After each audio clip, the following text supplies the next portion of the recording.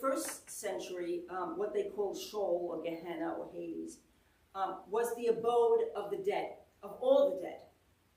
Everybody who was dead was in this place. But there was a great chasm, as Abraham says in the story, between the good and the not so good. So this story offers a chance for Luke to once again, this is like a theme of his, contrast rich and poor.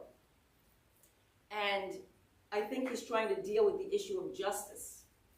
Because remember, in the early church, people saw, the early Christians saw people who were rich as blessed. They did something good, and God blessed them with their wealth and their status. And people who were poor or ill or suffering some other bad circumstance in their life had done something evil or wrong, or their ancestor had, and they needed to be punished. So a rich man who did not live a loving, compassionate life, he was selfish, who never gave to others, he got away with it. So if justice wasn't done in his life, it had to happen later.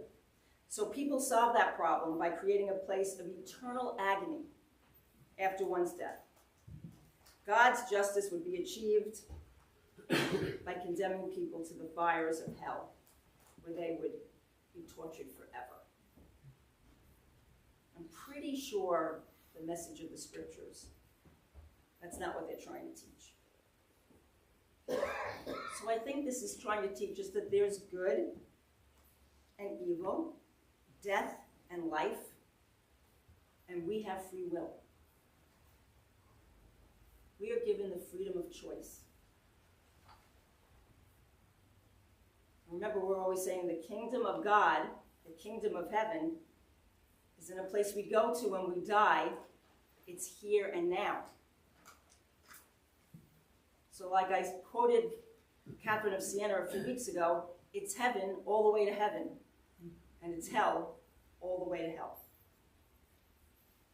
Heaven is primarily now, but that's not to deny it's life forever.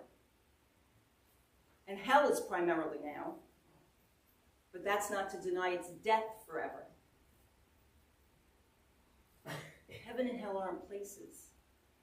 They're states of being that we choose. Hell is the state of being where you don't live in relationship with others, where you live without love. You live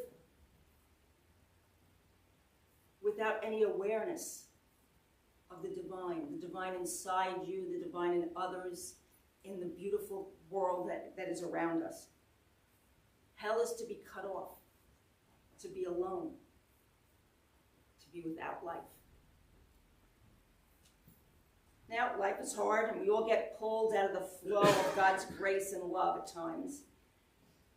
We let things shut us out of living in that flow and through it. Recently, I was reading a Celtic Christian blogger. I love Celtic Christianity. I'm a Franciscan. I believe Francis was very heavily influenced by the Celts. So anyway, in Gaelic, you would not say, I am sad. You say, sadness is upon me. And when I read that, I thought, wow, what a small but powerful shift in perspective that is. It's more like sadness is afflicting you. It's something from the outside that's afflicting you. It's not who you are. I am sad. Sadness is upon me. I think if we looked at the things that bother us in life, we would look at them a little differently. If we didn't say, I'm angry, I have anger upon me. So we all have to make a choice whether to be miserable in those kind of things or to let it go. You know, it's a temporary affliction that will pass.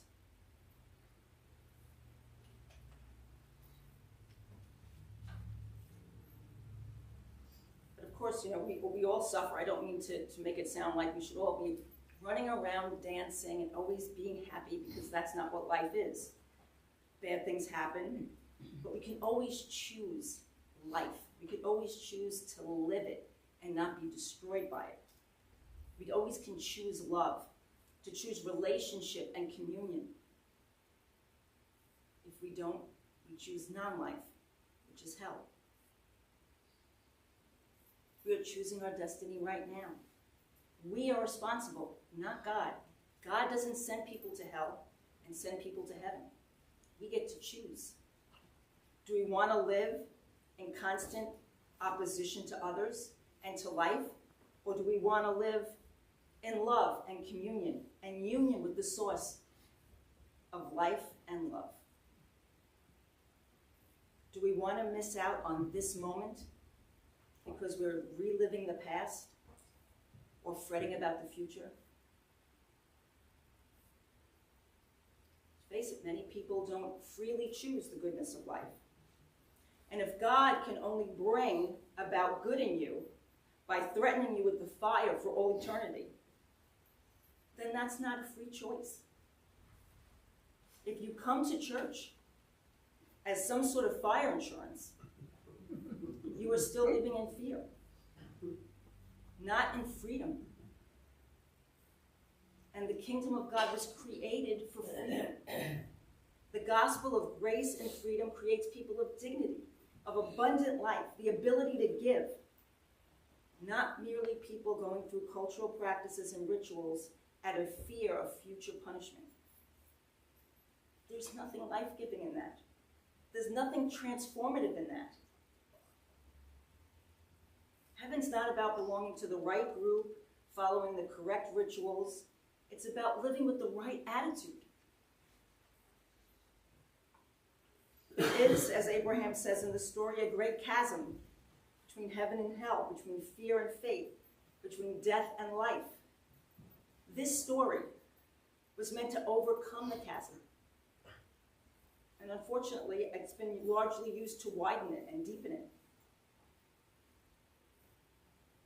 Jesus came to give us the courage to trust and to allow our inherent union with God, our union with each other, and with all of creation. And he modeled that for us in this world. Heaven is not a place we go to later, if we're good. Heaven is the place we come from right now. It's the place from which we come, the place from which we are called to live